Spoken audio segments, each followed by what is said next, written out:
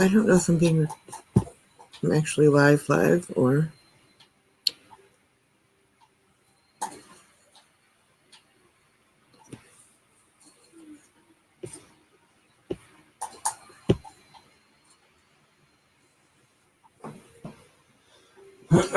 Okay, I am live. I wasn't supposed to be live for another minute. So strange. Nobody's watching. Okay, I guess I'm live. I went early. I don't know how to make it not live right now. It's strange. Okay, well, I apologize. I had to reschedule this live. I was going to do it Saturday night, and I had already scheduled it Friday, before I actually looked and I came across Judge Middleton's video of the emergency bond hearing, and I did a deep dive into that, trying to figure out what information there was out there about Jenny. And I was up until, well, I only got 15 minutes of sleep. So it was 4 a.m. and I was still awake doing a deep dive, trying to find information about Jenny Akers. I was disturbed by the fact that there literally was no mention of her being missing anywhere. It wasn't on any media that really is concerning. So I was diving into it to see if maybe there was something recent from her. Hey, I'm an auditor. Thank you for joining me. Normally I'm in your videos or on your stream. Anyways, yeah, it really bothered me that there was no information about her, nothing out there. Like I was searching Facebook and there's a lot of people with that name, so I couldn't find like her account. But considering the charges that her husband was charged with the domestic violence and the strangulation, and then the underlying case why he was picked up is they had a warrant to do a welfare check on Jenny at his house.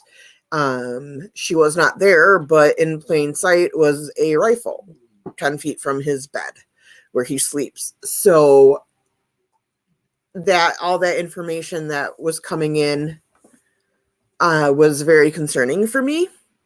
So I ended up getting that video up right away.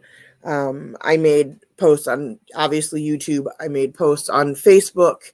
I did come across a group from her town, and I'm not even going to try and say the name because I don't want to screw it up. But there was people there that watched the video live, the hearing live, and they were concerned. It's a very small area of Michigan, so people know each other.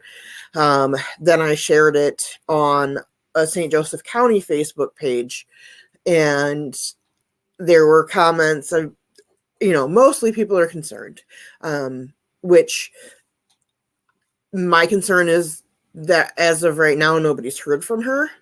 And that's the big concern for me. I mean, a mom going missing right around Thanksgiving, Christmas with 2 kids. I struggle with that one. I mean, if she did just dip out and was like, peace, I'm out of here.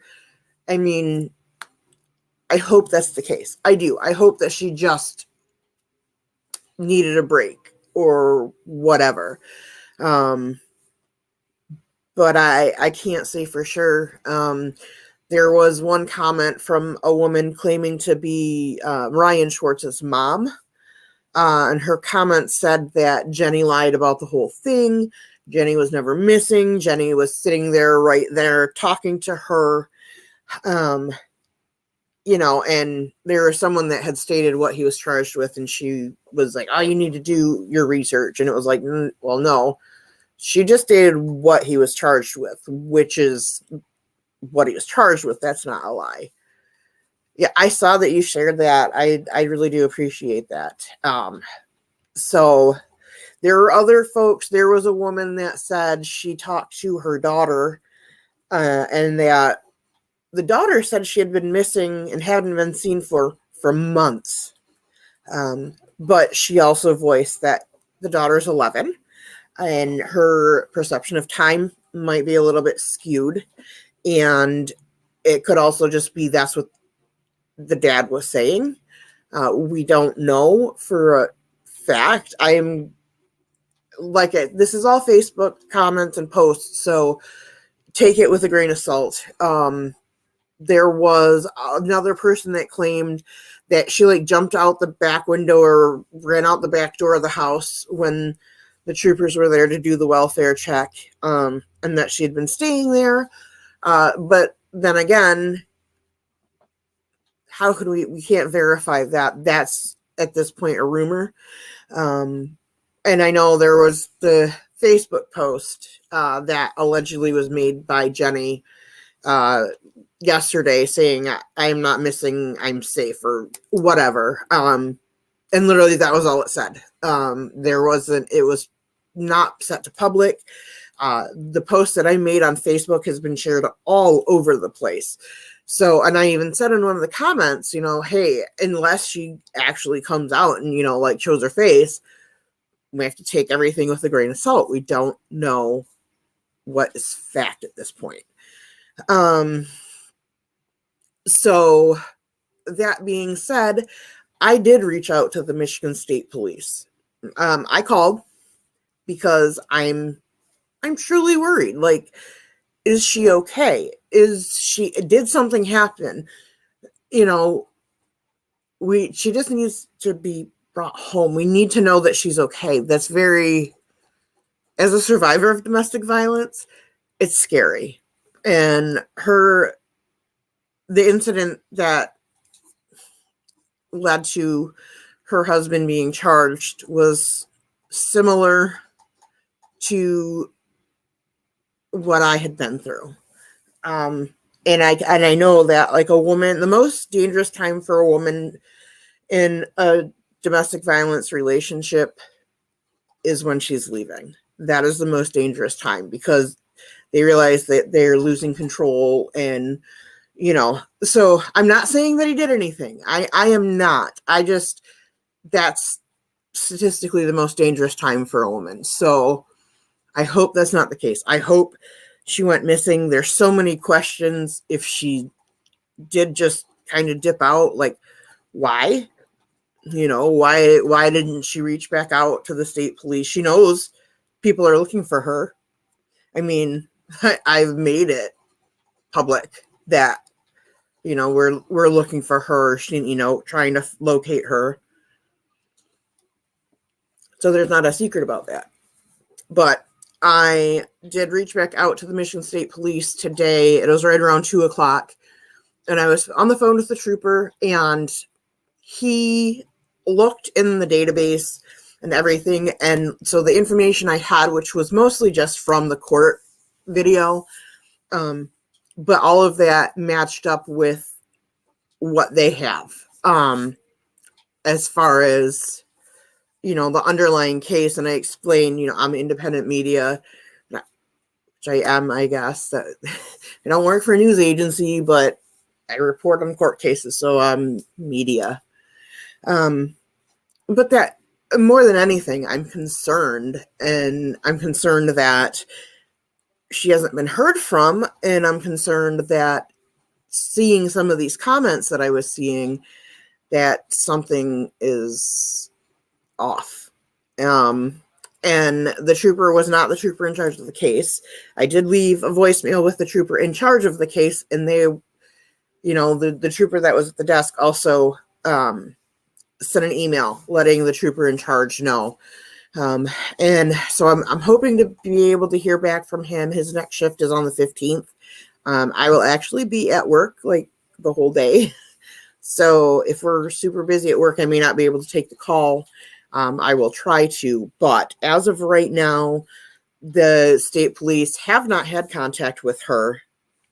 with even the last 48 hours, let alone they have had contact in the last year, but it was months ago.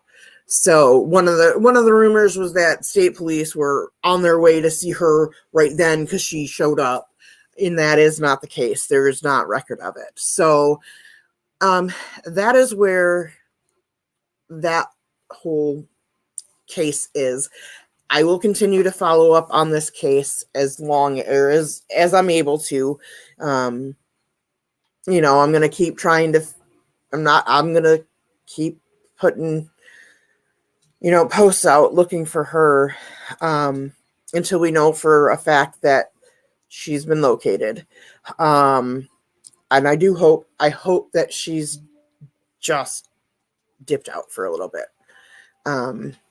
So anyways, that's that.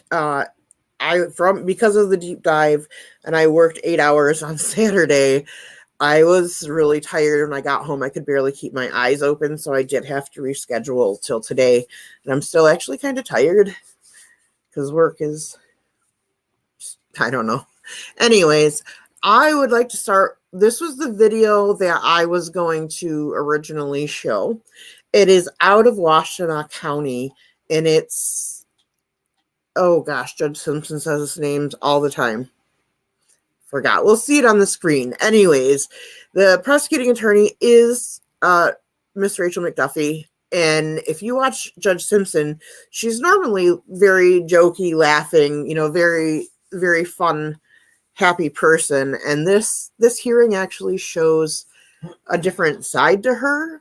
And it is a DV case, but it also touches on some very important things when it comes to domestic violence and the whole court system.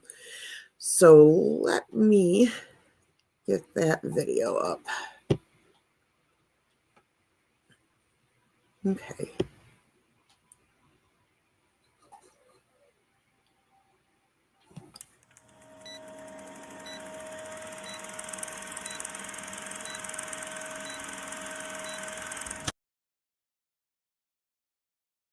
Yeah, we've been bouncing around back and forth here, but I think we already have a person in custody we can call. Judge Tabby, that's his name. Mr. Yancey, we'll do that one. State of Michigan versus Taquan Yancey, file 537 and file 576. Both matters are set for pretrial and now bond violation hearings for these cases. Thank you. Hey, Your Honor. Rachel McDuffie for the people on both matters. And Andrew Meyer on behalf of Taquan Yancey. Mr. Yancey, could you please state your name for the record? Taquan Yancey. Thank you. Your Honor, may we approach on this? Yes, I'm still in the courtroom here. Courtroom with other people, right? Okay, as long as you know that. I mean, I can come down and approach it, whatever's easier. It doesn't matter if you want to, I'll just be here in the courtroom. If we can, if a breakout room might be easier, so we don't have to all. Well, the point is that no one in the courtroom hears us. Yeah, well, I won't be able to do that because I'm hooked in. Right. Yeah. So if you want to come down, you want to do a breakout room, that's fine. I'm okay with a breakout room, but it's up to the court, whatever the court's preference is. I'm fine just hearing this, so we'll just go into a breakout room. Thank you. Thank you. Yeah, we'll go off the record. Breakout room. That was a lot just to do a breakout We're room. back from the breakout room. I understand there is a plea agreement on both files, and based on that, then a sentence agreement would be entered on that, at least a partial sentence agreement in terms of being able to be released for the case and probation and first offender programs, things like that. We've discussed that on the record, and the court has no problem on these two underlying files doing that today. Well, we still have the independent matter of the contempt charge that has to be presented, and the court will listen to that and do any sanction today and then go forward from that, whatever that turns out to be. So that's a separate matter. So we can start with the plea agreement if you want to put those on the record. Your Honor, I have had an opportunity to meet with Mr. Yancey, discuss both of these cases and the evidence that could be presented against him and any possible defenses he could have at trial. I've also discussed with him a plea offer that's been extended by the state in each matter, starting with the matter ending in 0537. Mr. Yancey's been extended an offer to plead guilty as charged to the single count of domestic violence. And the agreement would be that he would be sentenced, if deemed appropriate at sentencing, to under 769.4A, the first offenders domestic program. And I discussed with him that program and what would be required of him to complete it. With respect to the other charge, the matter ending in 0576, Mr. Yancey will be pleading guilty as charged to the attempted resisting or obstructing a police officer. I did discuss with Mr. Yancey his trial rights that he enjoys and will be waiving today. I believe he'll be entering these pleas knowingly, intelligently, and voluntarily. Thank you. And is that what you wish to do, Mr. Yancey? Yes, that is, Your Honor. All right, please raise your right hand. Do you swear or affirm the testimony you're about to give is the truth, the whole truth, and nothing but the truth, so help you God? Yes, Your Honor. Thank you. Please, for our court record, spell your first and last name. Tayquane, last name Yancey. Mr. Yancey, you're charged in two separate matters. The first one, attempted resisting and obstruction of a police officer. It's charged in as an attempted, which means it comes to the district court and it's a maximum 1 year and or $1,000 fine, plus any cost, fees, and restitution. The other case is domestic violence. That one carries up to 93 days jail and a fine of up to $500 plus court cost, fees, and assessments and any restitution. There is also a partial sentence agreement, which means under the first offender statute, 7694A is a first offender program that allows you to be on a period of probation. And upon successful completion of that charge would be dismissed. It would also make that a non-public record. The other file would, by default, be an agreement of probation concurrent with the other file. So that means you'd have to comply with the terms and conditions in both files. And as long as you do, then the one case will end up with a dismissal and will remain non-public. And the other one would also contemplate that you would be released at sentencing, or released today on those charges because it's going to be a first offender program. So on the files themselves, they would be personal bonds. I understand. So that's the underlying charges. Are there any other promises that have been made for you? Not that I'm aware of, Your Honor. You covered Okay. it. And you would confirm no other promises, Ms. McDuffie? That's correct, Your Honor. No promises whatsoever have been made aside from the extension of 4A. Thank you. And as to the same question, Mr. Meyer? No other promises, Your Honor. Thank you. Has anybody threatened you or forced you to do this, Mr. Yancey? No, Your Honor. Are you making this decision of your own free will? Yes, Your Honor. Mr. Meyer talked to you about your trial rights, as he indicated. So you had a discussion with him about your right to a jury trial by the court alone, and a right to be represented by him. Also, all the trial rights you have in a trial. By pleading here today with these agreements. Terry, thank you very much. I do appreciate the $5. That will help. So thank you. And everyone, I just want to say, I was going to say this later, but if you don't check out, or if you haven't checked out Ironton Auditor, I do actually highly recommend it. He is a really, really nice guy. And in my opinion, he's doing the whole auditing thing the right way. He is not there just to confront the police. He's not trying to get into fights with the police or be an asshole and be in their face.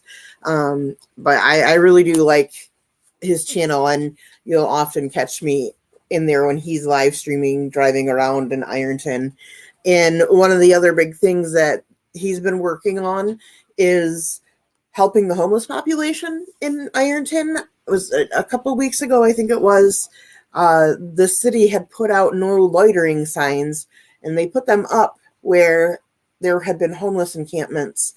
And we're talking, these are out of the way places, down alleys, underneath, where they weren't like camped out on a sidewalk in the middle of downtown Ironton. So he started, he's got a little fundraiser going. He's been going out and buying like clothing items like socks and hats and gloves, to help with some of the homeless folks there, especially because it's really cold this time of year. So I do highly recommend, if you are able, even if it's just $1, it'll help Terry and Ironton Auditor and everyone, support that and try to help some of our people that are homeless. And if you see me knitting, I don't know if you guys can see this very well. I'm actually knitting a hat, and I told him I knit hats, and I normally give them to agencies around here for the homeless, but I'm working on this one. I'm hoping to have it done today, tonight, maybe tomorrow, and then I've got another one. I've got yarn for another one. I've got lots of yarn, but I am working on knitting some hats, and I'm hoping to get them sent down to Ironton, so that they can be given out to anyone that would like or need them. So yeah, go check out Ironton Auditor. He's in the chat, so you can find him there. But just want to say that let's get back to the video.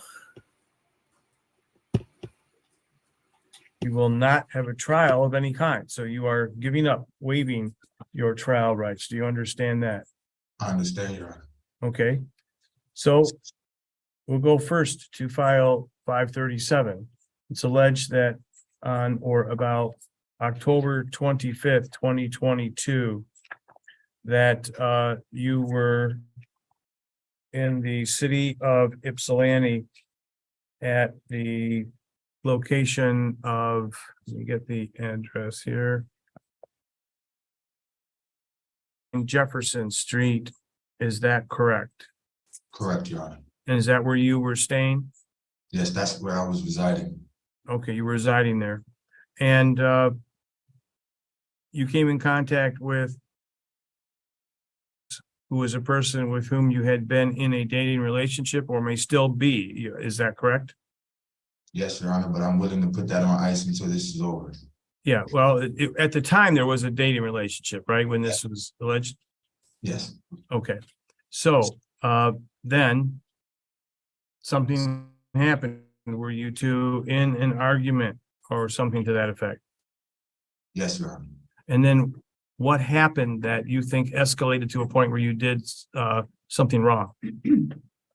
I take full accountability for my behavior. I take full accountability for my behavior. I believe that there was unwanted touching and All right, so you were touching her and she did not want to be touched in whatever manner you were doing, and that was obvious to you. yes, Your Honor. Okay, has the court complied with the court rule?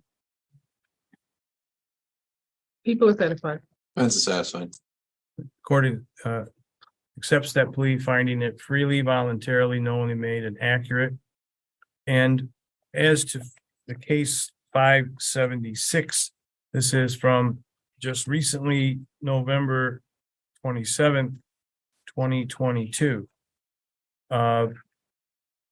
This occurred while you were out on bond in the 537 file, and would be a violation of your bond to admit to that charge. But that's what I talked about. Those are separate bond violations. It's alleged that on that date and time, or that date, you were in your home. You were no longer staying at that location, but this was occurring at Jefferson. an area where you were not supposed to be under the other charge. And it says that you came in contact with the police, and they were specifically Officer Gearwood and Officer Renaud. That's GERWIG and RENAUD, officers of the Ypsilanti Police Department that had responded to the scene and were performing their duties. And what did you do to obstruct or try to oppose or resist those officers from doing their duty? Can you tell me about the police contact? I take full accountability that I was insubordinate and following instructions, and they had to use force. Okay, so they were giving you commands while you were at that location. You were not in compliance, and they had to physically grab onto you and take you into custody because you were not complying with their commands. Is that correct? Yes, Your Honor. Has the court complied with the court rule? People are satisfied. Defense is satisfied.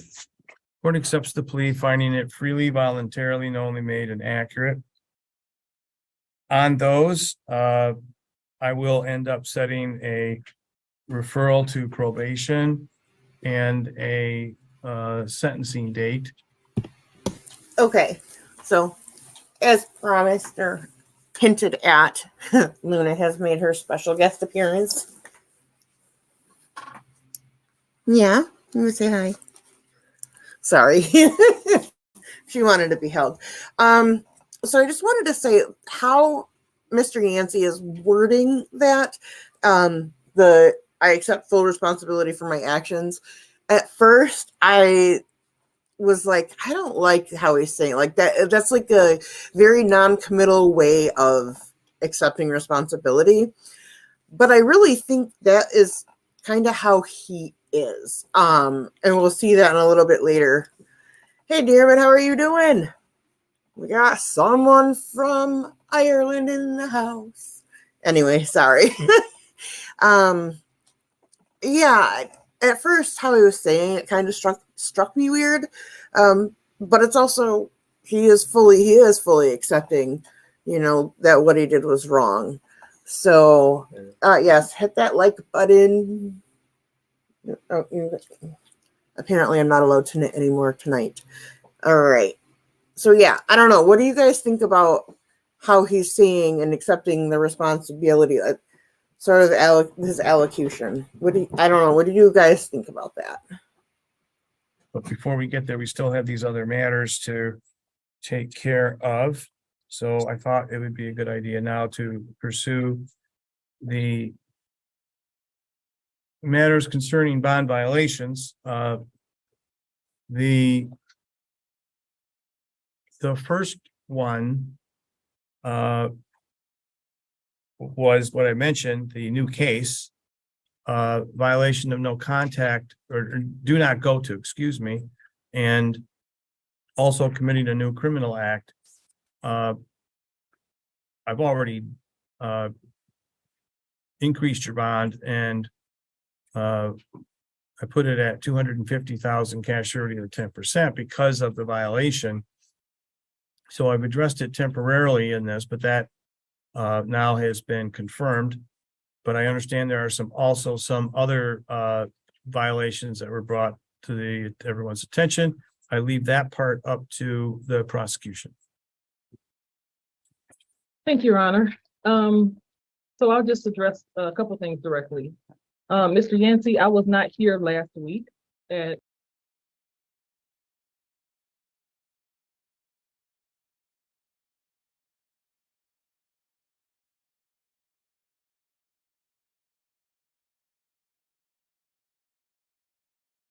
the pretrial. APA Lou Danner was covering for me. But I learned that you were remanded last Thursday. Okay, I just realized I didn't unmute myself. I apologize. I was gonna have popcorn, and if you have popcorn, this is where we need to have it out. It's about to get really good, and it's also, I think it's very important what Miss McDuffie has to say. Due to bond violations, and at that time, you were given a strict no contact order regarding the complainant in this case. It's fascinating to me that right after that you immediately called her again. But what's interesting about that call is that you sounded really disturbed, not at what you did, but at who we are. So you mentioned the prosecutor was Black, Excuse and me. the other lady that was there before was Black. Sorry, can we address comments to the court, not to my client?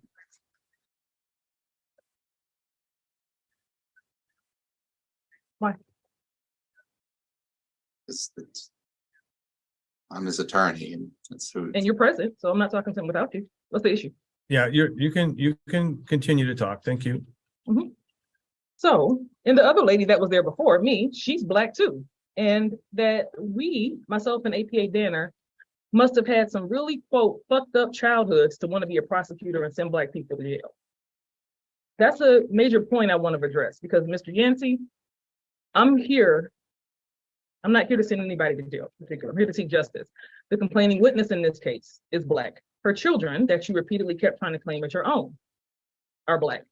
I'm interested in preventing them from having fucked up childhoods by hearing and witnessing domestic violence and having to call 911 because their parents are engaged in an altercation, because that's what happened here. So it's important to know, and I just wanted to be clear, I didn't put you in jail, and I am not the reason that you are there. I understand, and I apologize. You don't owe me an apology at all. I think that was very well said, that the prosecutors are not there to put you in jail. They're not. They're there for justice. And I think people tend to forget that with the court system. Obviously, yeah, there's a lot of injustice, and I can't deny that. I'm not going to deny that. But for the most part, I do not think that prosecuting attorneys and police officers are there to screw people over and put everybody in jail, because that literally benefits no one. I'm saying this because I appreciate it and accept it, but I'm saying this because I don't ever want there to be any confusion or misunderstanding about why someone who is on the other end of a case that I have is where they are and what has brought them there. I want everything to be crystal clear. Right now, we're talking. I'm sorry. Mr. Yancey, if you would just not comment, and you'll have an opportunity to comment, of course, but we have to do one person at a time. The primary reason is because we only have one microphone feed. We cannot do a proper recording or transcript of this by having crosstalk, talking over. So everyone needs to respect the person talking, and then I will direct who will talk next. That way we don't have any of that. Please continue, Ms. Prosecutor. Thank you, right. So it's important to know that, and I'm glad that you are here and appearing to accept responsibility. And I think you understand, hopefully today, that you are the reason that you are there, no one else. So in terms of the bond violations and the contempt charge, I want to make sure that you understand what contempt is all about and why that's different from a run-of-the-mill bond violation. Okay, people can violate all sorts of ways. What happened here is egregious. It's contempt of court, because at the point last week where you were told no contact whatsoever with this complainant, you fully understood, you were aware of it, and then you went and contacted her. But beyond that, within the space of a couple of days, I had 20 calls from jail where you were contacting her. You knew you weren't supposed to. I was trying to send you out basically a lifeline, and I asked your attorney to tell you to stop. Here's where we have crossed the line of contempt. Is not only did you know you weren't supposed to contact her, and you had been doing it, and you got confronted with the fact that I knew you had been doing it, and you kind of had even like a third chance at that point, you ran back and called her again and told her, they know. Yeah, we do. They know this is my last call. I can't call you with this number anymore. But you made some assumptions on what I know, and they weren't correct. You assumed that all I could see was the number you were dialing. I can hear every word you're saying. Okay. Yes. So when you kind of conspired after that to say, we got to figure out a different way how to do this. So call my dad, have him call you. Can you set up another account? Now that's what contempt of court is. It's saying I'm going to do whatever I want to, regardless of what I've been told to do, when I don't really care, right? That I think you care now, but that's the issue. Okay, it's that Your behavior on the call is another story, because then you started, there was some hostility, there was a lot of yelling. That can also be a violation of the no assaultive, intimidating, threatening behavior. And contempt of court is not just about bond violations per se, because I'm going to back up a little. There's a lot of things here that the court is now aware of that can all play into this. Okay. We also have the issue of candor and honesty to the court. When you were arraigned, I wasn't there, but I saw it. The reason that you argued for PR bond was because even though the police report said so twice over, you said you had multiple, 4, maybe 5 kids in common with, and you argued and went off at length about, no, you definitely had those kids in common. They were yours. And based on that, the magistrate said, because of this, I will go ahead and give you PR bond. That's why you got to be out in the first place. Yes. When we had our hearing, and you were not too happy with me asking about this, I said I needed to be crystal clear for the record, because it is my understanding that these are not kids in common. We broke down what kids in common means, children in common, rather, whether that's blood, adoption, whatever it is. We were very clear for the record about what that means. And I said, once and for all, I just want to know, I'm not challenging that you might help out. That's right, that you might contribute to the household. But you were very adamant, no, those are my kids with her, yes, by blood. Yes, we've only been dating for a year. That doesn't even make sense because it's a 15-year-old, but those are my kids. That was not true. And the second case that you caught gave us the victim being adamant when she was asked, are those your kids in common? Her answer was hell no. And if he said that, he's lying. I don't understand why you would lie to the court twice about that, because it didn't even need to be lied about. Nothing does. But you could have just asked for what you wanted and she would have given it to you or not. But you sat up there and you knew that wasn't true and you said it twice and you stood before the court and you said that. That's the kind of things that contempt are about, right? It's not just a mistake. It's not just a, oops, I stood out, I was a little too close to where I wasn't supposed to be, or I butt dialed somebody from my phone. These are very intentional acts made in disrespect of a court, in disrespect of court orders. Yes. Now that there are some serious consequences you're staring down, I'm glad that maybe you appreciate that. Yes. Yes. But that doesn't mean that these things didn't happen. So I appreciate you wanting to take accountability, and I hope that you continue to take accountability for what's happened. I'm going to leave it up to the judge in terms of how he wants to handle it. Sometimes I make agreements and I say, well, you know what, this contempt stuff happened, but I won't pursue it. I'll leave it alone. I wasn't comfortable doing that in this case because it happened over and over and over and over again, blatantly, strategically, brazenly. So I don't know what's going to happen next, but I wanted to make sure you understood why we're here having this conversation. Your Honor, that's Yes. all the people have now. All right, thank you. Mr. Meyer. I mean, I guess we have some groundwork here. I'll put it out there. There were phone calls made. I was received a recording of it. I reviewed it. I discussed it with my client. He admits that he made the phone calls and that they were improper given the no contact order and the nature of what was on those calls. So he is accepting responsibility today to a bond violation or potential contempt if in fact the court is, or if in fact the prosecution is bringing that. May I speak? Just wait a moment. Yeah. Anything else, Mr. Meyer? Your Honor, I'd ask that to address on sentencing if the court is prepared to accept that. Yes, I will indicate for the record that there, I did listen. In terms of the hearing here today, I did listen to the 2 recordings. And the one was about 15 minutes. The other one was, I think about 12, something like that. About a half hour this morning before I took the bench. And there was, in fact, repeated willful violations of the no contact.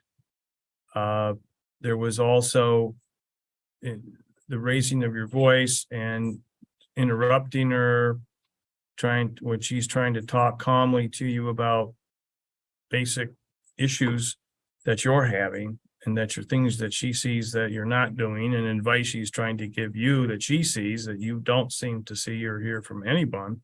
about that, and very calmly, and you're very emotional, changing the subject to why are you doing this to me now? And yelling. And then there was discussion about, this is the last call I can make directly, then I have to make a call. Now we're gonna go through call forwarding, have your father's on there for a while in the second call, because he forwards it then to her. So you set that up, you willfully, completely violated that court rule, but and thought you could do that, and did not seem to care that even though there was a no contact order, you were now doing this on the phone call and talking to her about some, issues about coming to court and everything else.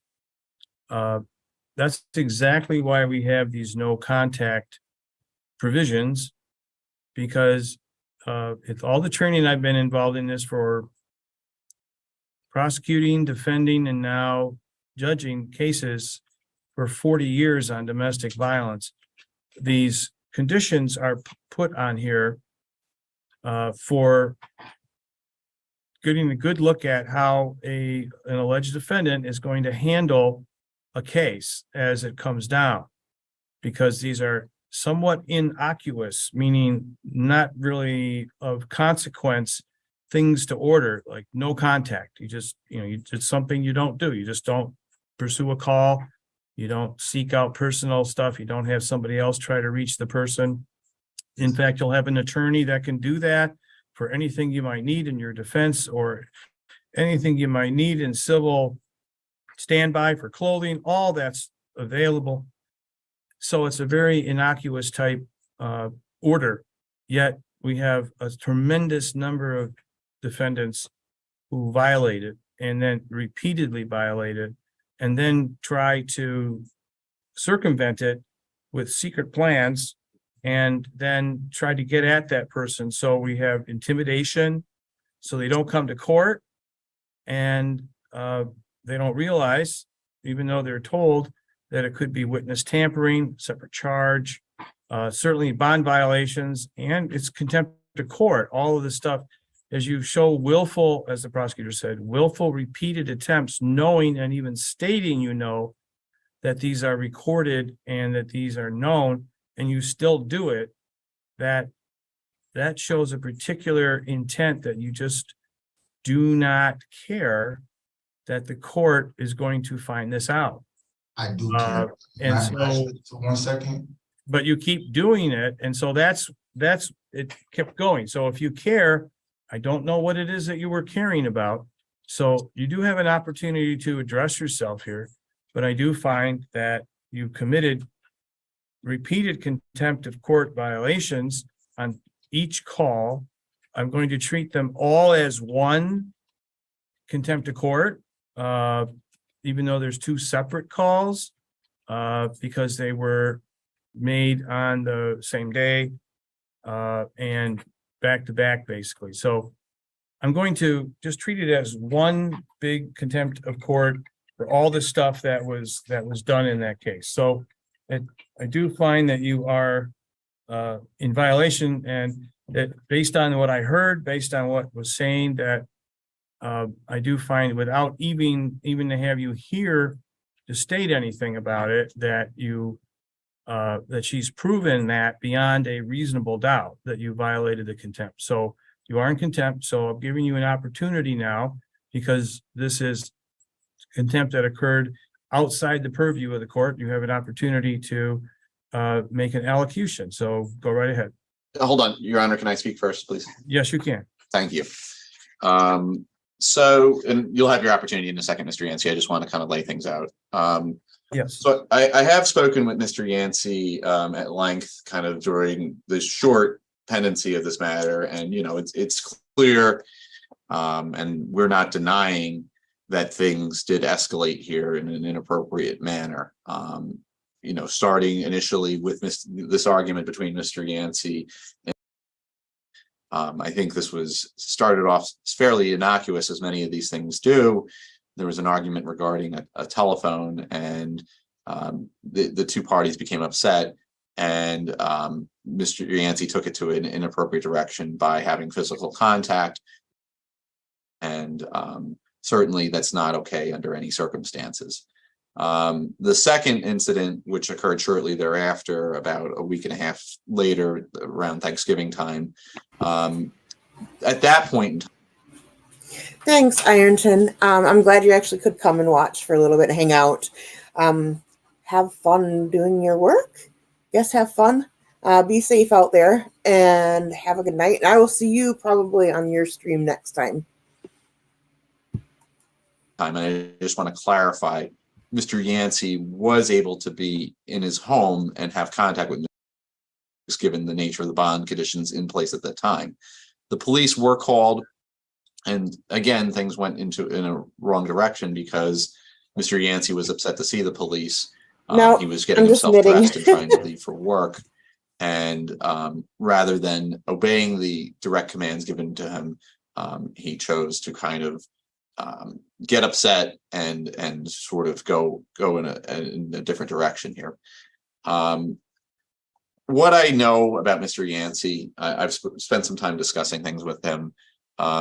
He is originally from my old neck of the woods. He's from North Philadelphia. He didn't have a bucolic childhood.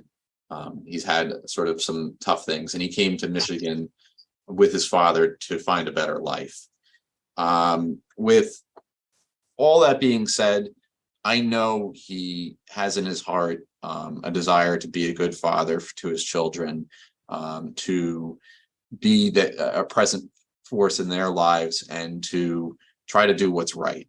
And I think today is ultimately sort of the first step, because Mr. Yancey, for lack of a better word, for the last roughly month has been spiraling.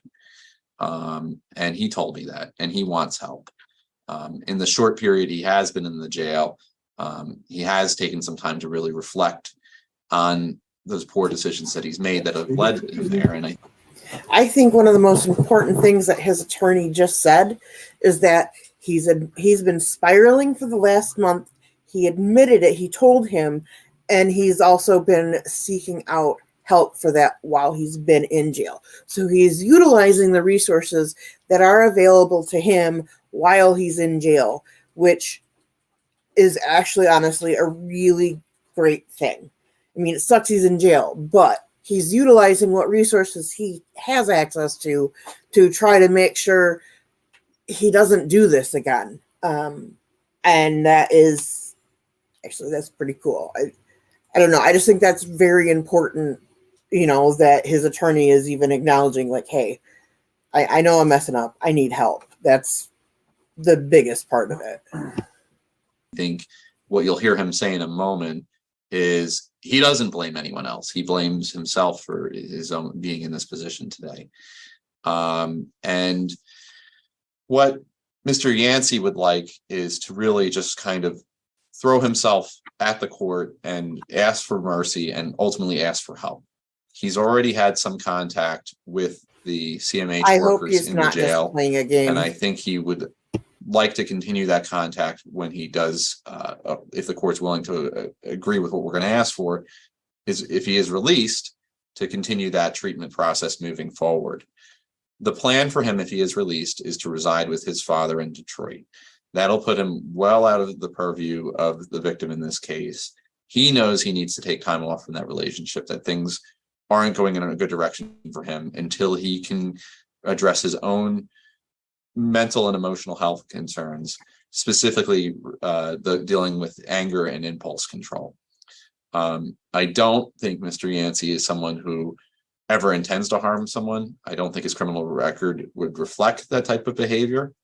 However, I do think that he is someone who needs help, which in my mind would make him an ideal candidate for probation, because that's the point of probation. It's, as the court put it earlier, it's to help someone get to the point where they're not going to end up there. Putting someone in jail is for when they've failed.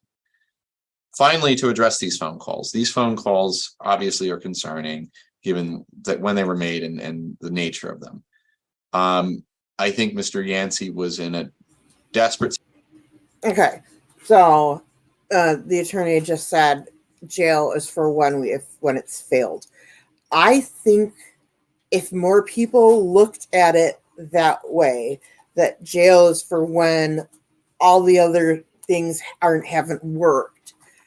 Not necessarily that it's just a punishment to punish, but it's a timeout to say, hey, you're messing up. You need a wake-up call. I really think if we here in the United States looked at jail and prison as that, more than just punishment, and it was treated as more than just punishment, I honestly think that would really lower the recidivism rate we have, because I think we have one of the highest recidivism rates in the entire world, and that's not good. That's definitely not a good look for us. Situation when he was in jail, I think that was a shock to be put there. Certainly that doesn't serve as an excuse for him making those phone calls, but he didn't know who else to turn to at that time, because was sort of his closest confidant and someone who he would speak with. Regarding them, I think he obviously regrets making them. He knows that that wasn't an appropriate decision. I think he would take them back in a heartbeat. And, you know, he and I talked about his decision to even get on after I'd spoken with him. But with all that being said, I do think they do, if you listen to the whole call, which it sounds like the court did, they do somewhat shed a window into Mr. Yancey's own struggles emotionally, because he was tearful during part of it. And I think that kind of shows that he has done some hard thinking, despite that being the inappropriate forum and person to do it with, being the victim in this matter. But he is someone who does want and need help. So what I am asking the court for, after Mr. Yancey allocutes, is the following. He's been found in contempt. He's pled guilty. Allow him to be released today. Allow him to reside with his father in Detroit. Obviously, no contact and no going back to this residence where this occurred. And have him make contact with with probation for PSI, and come back to court on the appropriate date for sentencing and address everything at once. If he, and the saying here, I don't know if this is appropriate to say anymore, is he should have enough rope to either pull himself up or hang himself at this point. And I think that's where Mr. Yancey is. He's certainly at a crossroads. And I hope he can pull himself up and go the right direction if the court's willing to give him that opportunity. Thank you, Mr. Meyer. Now is your time for the people to speak on this. Anything additional, Ms. McDuffie, because I found them in contempt, and this is another opportunity for it. Your Honor, before I do that, I do want to let Mr. Yancey speak, because I might need to respond for something that he put That's on the- fine. You can pass for that. Mr. Yancey, this is your time for allocution. Thank you for waiting. I take full responsibility. I do believe that I need help with anger and my mental health, and but I moved out here. I just want to say, I better not see any comments about a man needs to just be a man and not cry. That is absolutely ridiculous. It's a ridiculous statement to make. I'm sorry, but men are allowed to have all the emotions. They are allowed to be upset. They are allowed to cry. It's not a shameful thing. I know I've had a couple other videos where a defendant was crying because they were so upset. It's not a bad thing, and we need to stop that stigma that it's unmanly to cry. No, crying is healthy, especially if you've come to, like him, he's come to the realization that he needs help. To admit that is scary, and it's hard. And I can tell you that from personal experience. It is hard to say, hey, I need help. I'm not okay. So I don't want to see any comments about how men shouldn't cry, because yeah, men should, and men do cry, and there's nothing wrong with it. Amber was the only woman that I knew, only person I knew. No doubt that I love her, but I'm not going to hang myself with the judicial system, because I've never. Exactly, Dermot. Real men do cry. It's not seen often because it's shameful. It's not manly. But yeah, men do cry, and there's nothing, absolutely nothing wrong with that. I've never been in this type of space before, and I, if given the second chance, I I just won't let myself or the course down. Miss McDuffie, I apologize. Everything, for everything. Like, you're right. And if given another chance, I would do everything different. I didn't come out here to be in prison. I didn't come out here to be in jail. I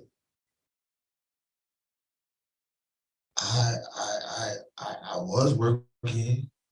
I was going to school for HVAC. I just feel like I need more help than isolation. And I'm begging the courts for mercy, for help, for help. I do love those kids, Miss McDuffie. I do love them.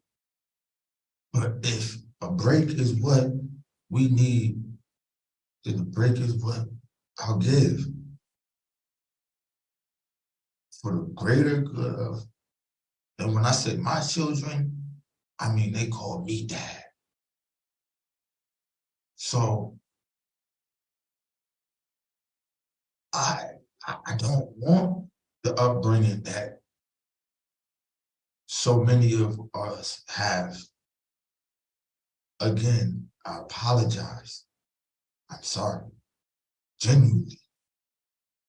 I don't go through this all the time. So this is not a tactic or a strategic tactic to evade any consequence.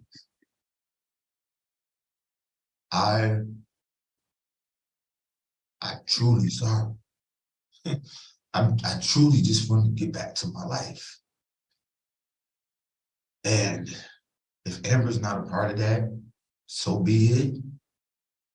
You know, this will all blow over.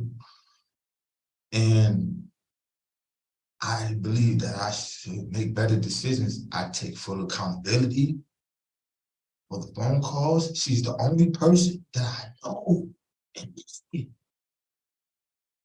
She bought me my clothes.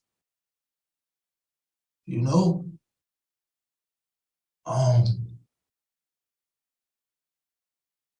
I believe that I need more help than anything.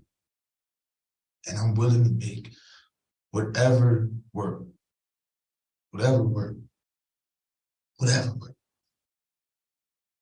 If probation, program, anger management, whatever work.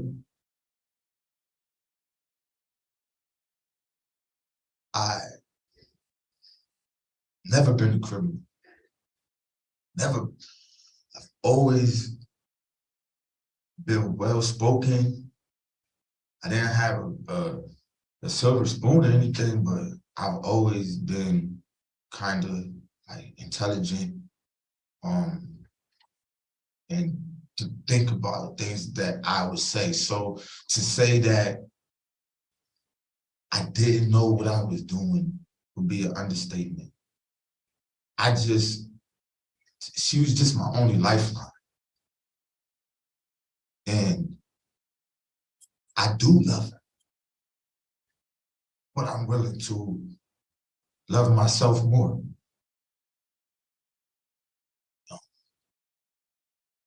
I just ask the courts to take that into consideration of just loving myself more and getting the help that I need to be a productive citizen in Michigan and his life and my life.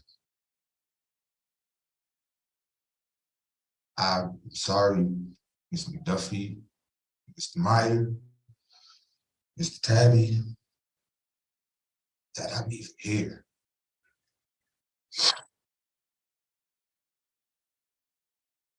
If I just let God's will be done. And that's all I really have to say. I won't take up too much of your time.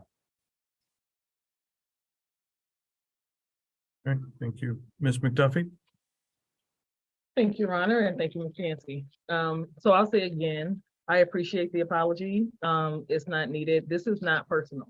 I don't have a vendetta. I don't enjoy seeing anybody in jail.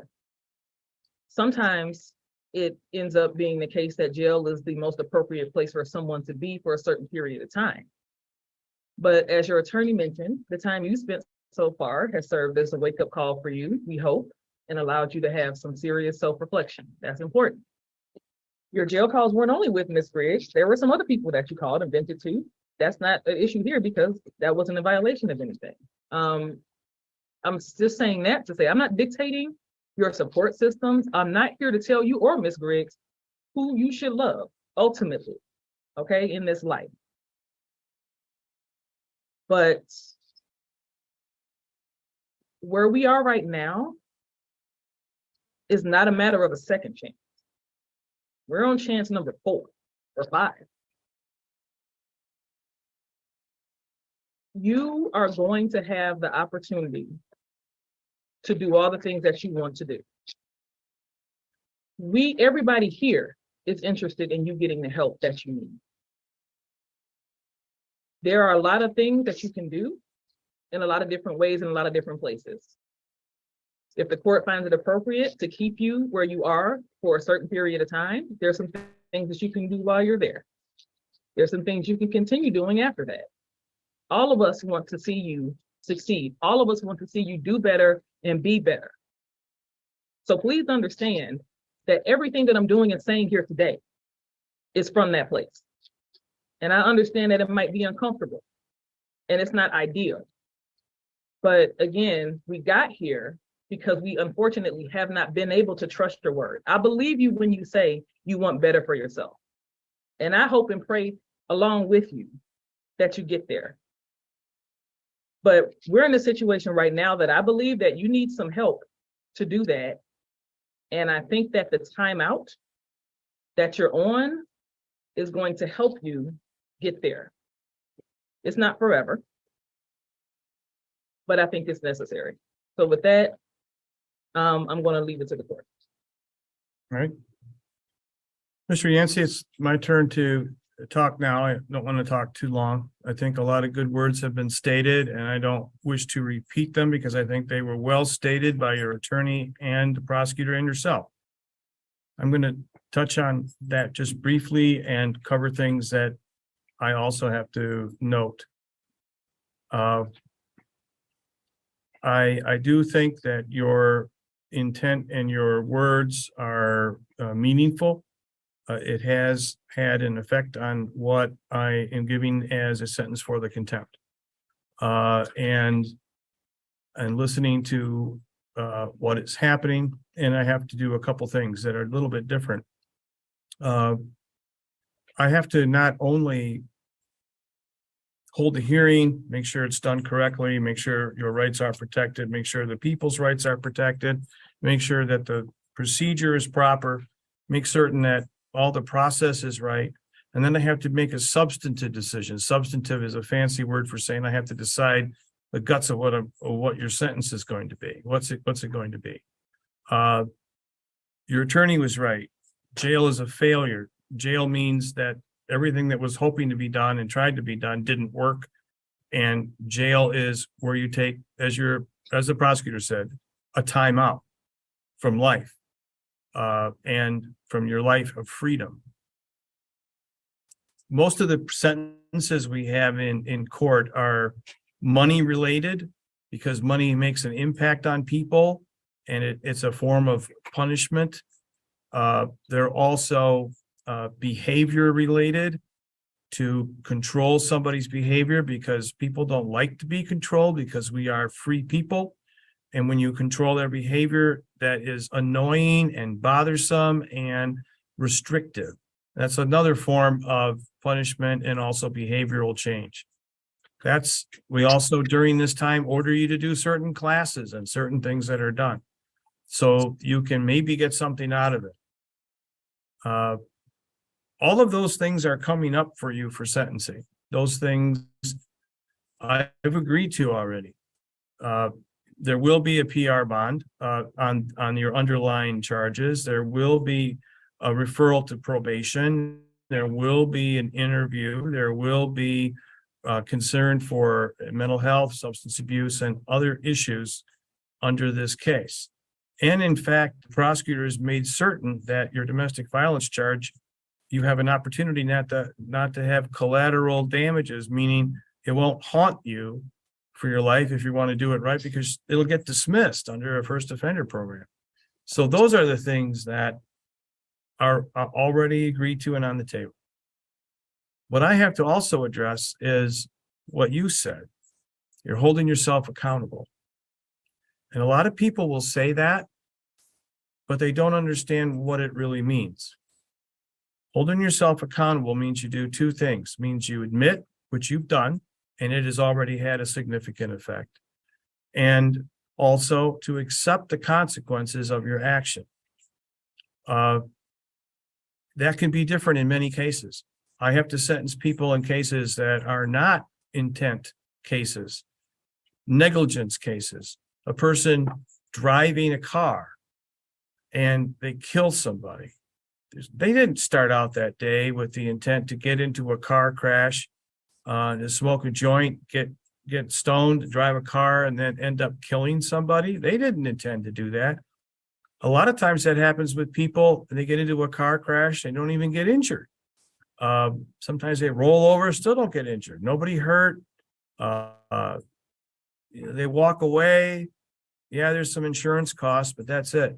But sometimes the consequences are so severe that to other people that you can't ignore them, that there has to be a punishment to reflect that, because there's a form of justice. I heard you refer to the will of God, and obviously we don't know necessarily what that is, but we all try to listen for it and get the wisdom to understand what's the right thing to do, and try to figure out that, because justice here on earth isn't necessarily justice in the big picture.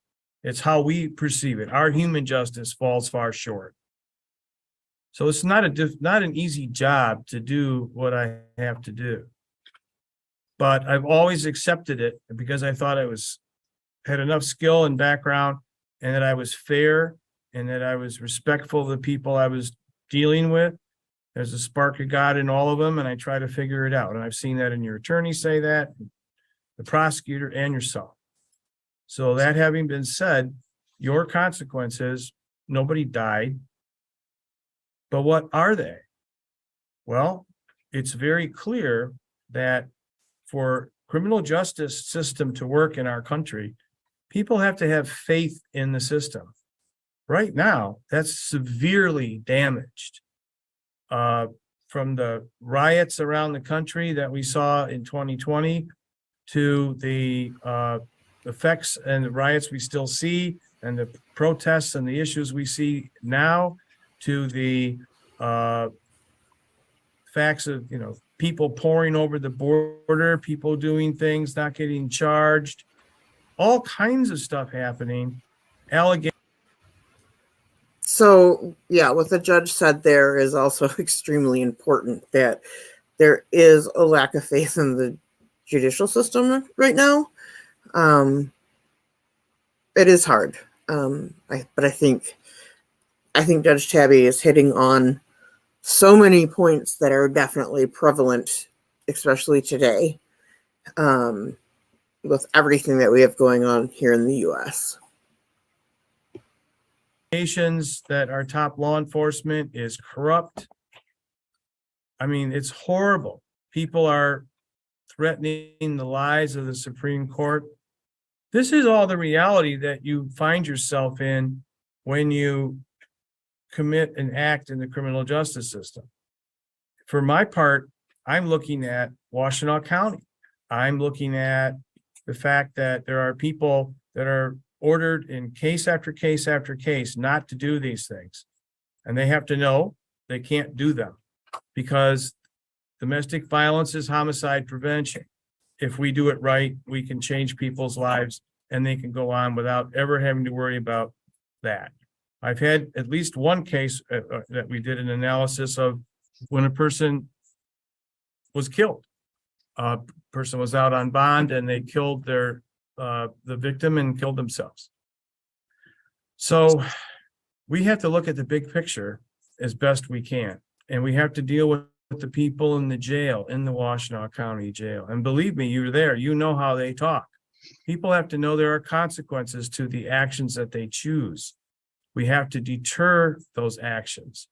We have to make sure there's consequences that they understand to happen, that they need not do it, because if they do, they can count on certain circumstances and certain reactions from the court that they're going to do as a punishment. Once they know that, then they can go in with their eyes wide open. Some of them do. I had one person that did 4 consecutive series of contempts. 4 of them. Got the full sentence on each one because of the language he used. Believe me, Miss McDuffie was not the one on that. It was another prosecutor, but she's been on some of those. And they don't sound like what I heard from her today. No, they were different because of what was going on. That person did 4 consecutive 93 days, still doing time. The underlying case got dismissed. Who wants to place bets on the fact he's talking about Jeremy Shue? Although I think right now Jeremy Shue got out, but I'm pretty sure that's who he's talking about having the underlying case be dismissed, but spending a lot of time in jail for contempt. I think that's who that is. But they're still doing the time. So what's important for you to know is when we have a court order, we will enforce those orders. They're not just a suggestion. They are an order, and there are severe consequences for violating those orders. And we taper them with justice and mercy. That's why we listen to what you have to say. I listen to your attorney. I listen to the prosecutor, how she sees this. And I listen to her. I listen to Miss Griggs on those calls. She was calm. She was telling you things that she observed in your life.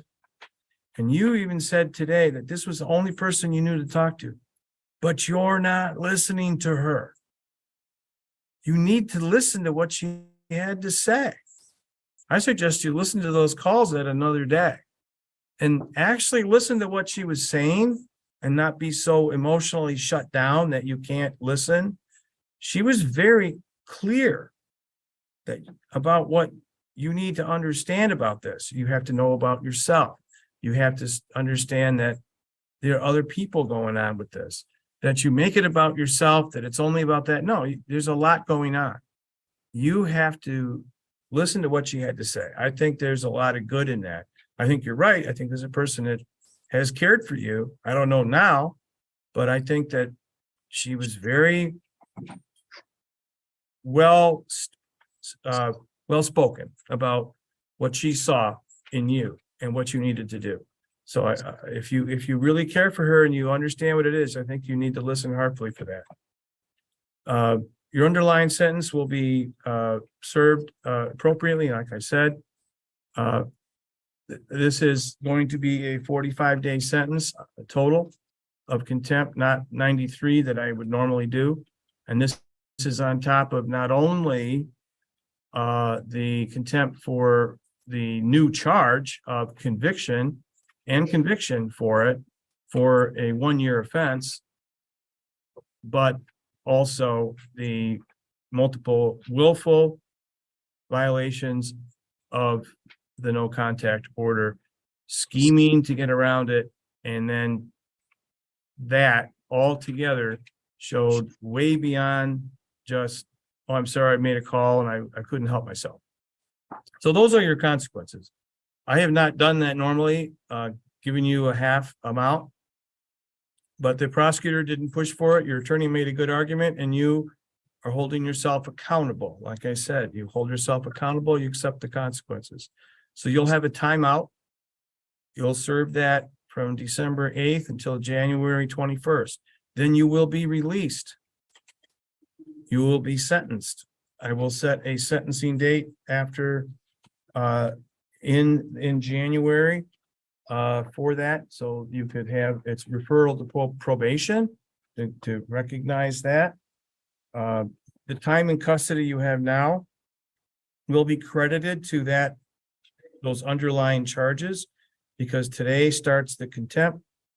It is consecutive and it precedes any other sentence. That's how powerful those sentences are.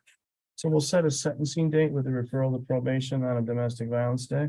January 26th, 2023.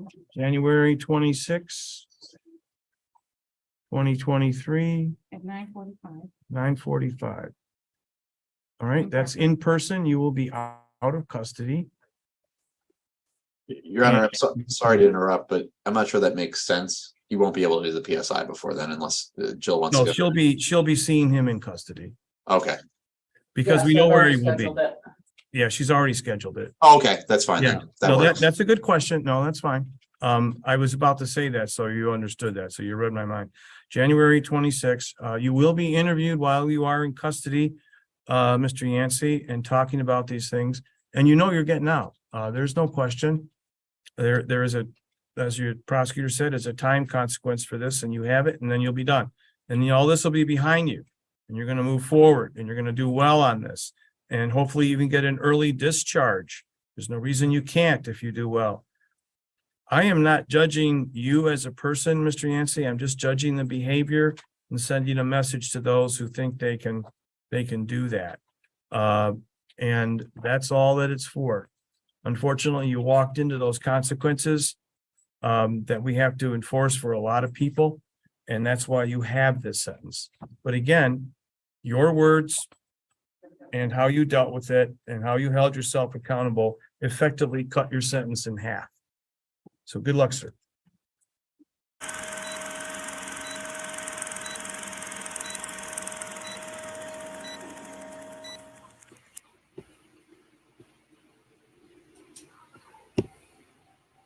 Okay, so that was the video. There were, I think, several things that were important from this video. And like the first time I watched it, I was kind of like, okay, he's just saying these things to say them, like as I was watching it originally. And as it got into it more, obviously, I do think that he understands like how he messed up. I think he was kind of belligerent about it and thought maybe he could pull one over on the court. Obviously, that didn't happen. And I do think he recognizes that he needs help. So I think it's truthful what he said about getting help and, that he did mess up. Now, time will tell. Hopefully, we won't see him again. And I do hope that he does really well in the future. I will, if there's a follow-up, like if we see the sentencing or whatever, I will follow up with that. But yeah, that was the case. I just thought that's important because it really does break down sort of, there's those stereotypes that Miss McDuffie addressed about African American folks that are prosecutors or whatever, and it's from even in their own community, with Mr. Yancey saying that they must have had fucked up childhoods. That's why they were in their jobs. Yeah. So anyways, I thought that was a great case. It wasn't one of the fun ha ha ha, yay, or oh my god, not one of those cases. Sorry, I just dropped my knitting. I do cover some of those cases, but I really do like these cases that are deeper. There's more substance to them, which is why I share them. Other than that, yeah, I'll be following up on the Jenny Akers case out of Judge Middleton's courtroom. And then if there's any other cases that you guys come across that you think I should cover, reach out to me. I have an email address in my about section, so you can email me. I also included my Linktree thing, which does have a link to my Facebook and my Instagram, and you can message me on there. And XLZ Master. I think you're talking about Miss McDuffie, and I don't think she was bored. Miss McDuffie deals with, Judge Tabby, Judge Middleton, and all those folks on a daily basis. So, anyways, I wasn't bored. I don't know if you were talking about me either. I was knitting. That's just what I do because I have ADHD. Anyways, it is, I don't know what time, but it is late here. And I have other things I need to do around the house. And I didn't get a look from my husband saying, liar. He just shrugged his shoulders. Anyways, okay, so Scott, the Jenny Akers case, if you look at my last video that I posted, it says Michigan Mom Missing. It's the case, the emergency bond violation hearing was on Friday, and I didn't catch it until like 11 o'clock at night that night. So I put that up. That's actually why this live stream got pushed back to today, because it's supposed to be Saturday. And yeah, I explained that at the beginning of the video. I was up the whole night doing a deep dive on the case, doing research, and then I worked 8 hours, so I had to so I'm going to continue to call it the Jenny Akers case until I know for sure that she is alive and safe, because at this point the case is about her, and about her not, she is in the gun case where the husband, they executed the warrant for a welfare check, and they discovered the rifle 10 feet from his bed. Oh, you think she's in the gun case? Yeah, I don't know.